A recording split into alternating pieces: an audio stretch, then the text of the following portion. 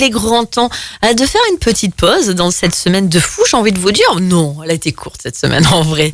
C'est vrai. On a le plaisir de retrouver Jenny. Bonjour Jenny. Coucou les copains. Ça va? Ça va et vous? Ça va. Eh oui, ça va toujours nous. Parfait, je suis ravie de vous retrouver comme tous les vendredis. Ouais, t'as vu, on sort de week-end et on repart en week-end, c'est magique. Ouais, et je vais vous poser une interro surprise. Non, Et c'est l'instant de Jenny. Qu'est-ce qu'on a Moi, j'ai dit plus la de semaine micro. dernière? Merci. Quel est le thème du mois? De quoi on parlait? Ça va Jerry? Alors, Le thème du mois, ce sont les émotions. Bravo, 1 point pour Karine. Ensuite, qu'est-ce qu'on a dit la semaine dernière?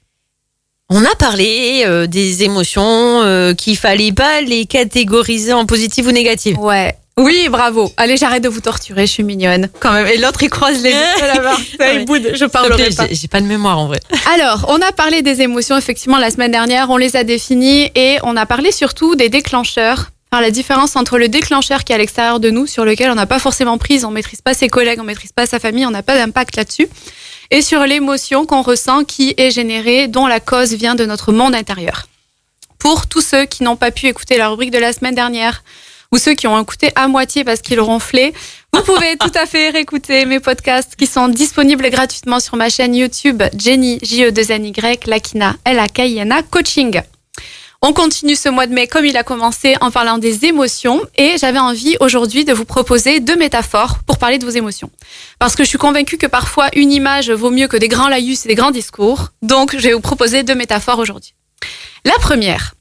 Imaginez votre psychisme comme le tableau de bord d'un véhicule. Oh là là. Il y a un voyant orange ou rouge qui s'allume, genre le voyant d'essence par exemple. Vous avez 2 postures. Soit vous vous dites « Ok, il y a quelque chose qui s'allume, je le regarde, je prends le temps de le considérer, de comprendre le message et de faire ce qu'il faut parce que c'est manifestement quelque chose qui peut être important. » Soit vous vous dites « Oh non, j'ai pas le temps, c'est pas si grave, je regarde pas, je suis pressée. » Ou vous dites « Ouais, ça va passer. » Ou vous vous dites « Bon, je suis fort, je serre les dents, je continue de conduire, je regarde pas. » Vous commencez à voir un petit peu le parallèle. Si tu prends l'exemple de l'essence, on va tous dire « Oh, on est large. » Eh ben, le risque, c'est que vous n'écoutiez pas cette émotion, vous ne compreniez pas ce message et vous vous retrouveriez en race campagne, panne sèche, sans essence. On a toujours le téléphone. C'est pareil avec, c'est pareil avec vos émotions, en fait. Si vous écoutez pas l'émotion, si vous prenez pas le temps de vous arrêter, de la considérer, de dire qu'est-ce que c'est, quel est le besoin qui n'est pas rempli derrière, eh ben, vous savez, comme quand vous lancez un caillou dans un lac, ça peut faire des ricochets et il y a des cercles de plus en plus grands. Eh ben, c'est pareil pour les conséquences de votre émotion, parce que si vous n'avez pas pris le temps, votre besoin, il n'aura pas été rempli. Et il est fort à parier qu'il se remanifestera à d'autres moments avec en plus le reliquat des blessures ou des émotions qui n'ont pas été bien traitées. Donc, ce que je vous préconise, bien sûr, en tant qu'accompagnante, c'est de considérer vos émotions et de prendre le temps de comprendre leur message. Alors, on a tous une vie ultra chargée. Le but, c'est pas de faire une méditation de 6 heures, parce que Jenny nous a préconisé à la radio qu'il faut considérer ses émotions. En moins de 5 minutes. En vrai, 1 minute, ça suffit. 1 minute, ça suffit. Qu'est-ce que je ressens? Quelle est l'émotion? Est-ce qu'il y en a plusieurs? Quel est le besoin? Et comment je peux faire pour le remplir autrement? Pour ça, ce qui peut être aidant, bien évidemment, je vous l'avais dit la semaine dernière, mais c'est de prendre des listes de besoins, des listes d'émotions sur Internet et ne serait-ce que commencer par faire ça, vraiment, ça va changer la donne. Une autre métaphore que j'avais envie de vous proposer, imaginez votre émotion comme un courrier recommandé. Vous avez le facteur qui vient, qui sonne à la porte, vous l'écoutez pas, il est un peu bourrique, peut-être qu'il tape un peu comme un malade sur la porte, vous l'écoutez toujours pas, il va laisser un avis de passage. Si, en voyant l'avis de passage, vous contactez pas la poste, il va peut-être revenir une deuxième fois. Et imaginons le pire, ça finit en saisie sur salaire avec les huissiers à la maison. Le message C'est vachement optimiste. T'imagines ? Le message de cette émotion désagréable, c'était il y a une somme à payer, en fait, simplement. Et donc, on se pose et on se dit qu'est-ce qui se passe à l'intérieur de moi. Alors, tout à l'heure, et tu le rappelais, Karine, la semaine dernière, on parlait des émotions désagréables et des émotions agréables. Les émotions qui sont le plus utiles, selon moi, c'est les émotions désagréables. Quand vous ressentez une émotion agréable, ça vient juste dire, ok, j'ai un besoin qui a été bien rempli, je coche et c'est l'autoroute du kiff. Quand je ressens une émotion désagréable, c'est super. C'est comme un GPS, en fait. Manifestement, il y a un endroit où je me suis égarée. Qu'est-ce que je dois prendre comme route et qu'est-ce qui peut être utile pour moi pour vivre mieux? Donc voilà les 2 métaphores que j'avais envie de vous proposer ce matin par rapport aux émotions. Et dans la deuxième partie, je vous invite à réfléchir à ça.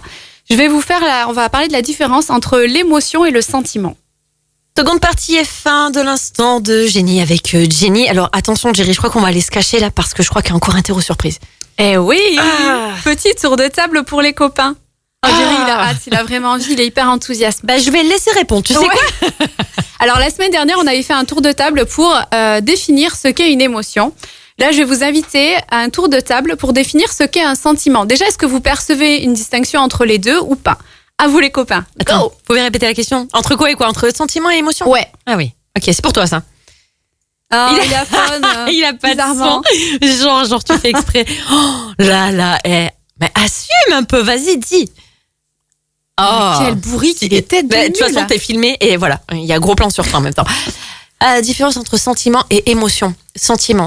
J'ai le sentiment, je sais pas, je sèche. Allez, Joker. C'est dur, hein? Non, Ouais. j'avoue, je vous ai posé une colle, c'était pas très sympa de ma part. C'est dur parce que, pour être honnête avec vous, jusqu'à il y a Pour ça, je quelques me temps. suis pas fait avoir. Ouais, tu vois que tu parles. Parce qu'il a bu de l'eau. Ouais, c'est ça.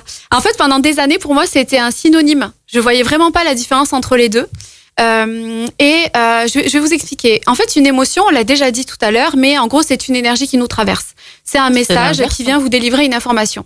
L'émotion, j'ai pas le tempo exact des scientifiques, mais l'émotion, elle existe dans le corps moins de 5 minutes. Typiquement, une émotion, il y a quelqu'un qui arrive derrière moi qui me crie dessus, j'ai peur. Ça se calcule en secondes. Ça, c'est une émotion. Un sentiment, c'est la construction mentale que l'on se fait de la situation ou de l'émotion ressentie. Par exemple, quand on dit j'ai le sentiment. Exactement. Ce d'avoir qu'il faut été, retenir de ça, c'est construction mentale que l'on se fait. Et pour le coup, un sentiment, il peut rester dans le corps pendant des années. Je vais vous donner des exemples et ça va être beaucoup plus clair. L'émotion, c'est la colère. Le sentiment, ça peut être la rancœur. Ah oui. Si je vous dis l'émotion, c'est la tristesse, le sentiment, ça peut être quoi? Et La déprime ou la nostalgie, par exemple. Ah oui, bien. Vous voyez un petit peu la différence entre l'émotion et le sentiment? Pourquoi j'avais envie de vous dire ça aujourd'hui et pourquoi c'était important pour moi de vous partager ça? Il y a beaucoup de gens que je reçois en cabinet qui ont du mal à gérer leurs émotions et qui ont du mal à vivre avec leurs émotions. Je constate que ce qui est souffrant en général, c'est quand l'émotion se transforme en sentiment. C'est là que ça devient souffrant, quand on rajoute de la construction mentale là-dessus. Alors comment éviter ça? Il y a 2 axes de travail principaux. Le premier, ça va pas vous surprendre, travailler sur votre monde intérieur. Parce que déjà, c'est de là que vient le filtre qui vous fait percevoir une émotion. Je vous rappelle 10 stimuli, potentiellement 10 émotions différentes en fonction de 10 individus. Donc votre monde intérieur, c'est votre passé, vos blessures, vos croyances limitantes, etc.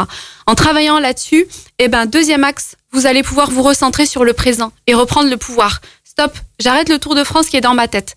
Quel est mon besoin? Et une question, je vous l'ai déjà dit, mais une question qui est fondamentale et qui est hyper aidante. Qu'est-ce qui peut être aidant pour moi? Reprenez le pouvoir dans votre vie, c'est ça le plus important.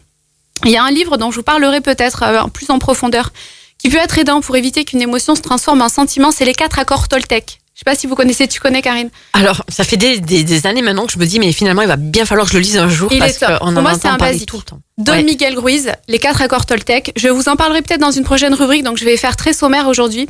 Le principe, c'est qu'il y a 4 principes que vous allez appliquer dans votre vie pour être plus heureux. Et 2 de ces principes-là, c'est ne pas faire de suppositions et quoi qu'il arrive, ne pas en faire une affaire personnelle. Si vous gardez ces 2 principes en tête, vous verrez que beaucoup plus facilement, l'émotion ne sera qu'une émotion et ça sera beaucoup plus facile à vivre. Alors, c'est tout pour aujourd'hui et je voulais finir ma rubrique par vous reparler de cet événement que j'organise le 17 mai de 20h à 22h, un atelier collectif sur les émotions en visio d'une durée de 2 heures. Vous pouvez participer qu'importe où vous vivez, que ce soit en France ou à l'étranger. C'est vendredi prochain, ça? C'est vendredi 17 mai, vendredi prochain. C'est au prix de 20 €. On va apprendre à bien gérer ses émotions, on va apaiser son système nerveux, on va libérer le poids des émotions qui sont cristallisées à l'intérieur de nous. On va expérimenter le coaching, on va expérimenter l'hypnose et on va faire une ronde EFT.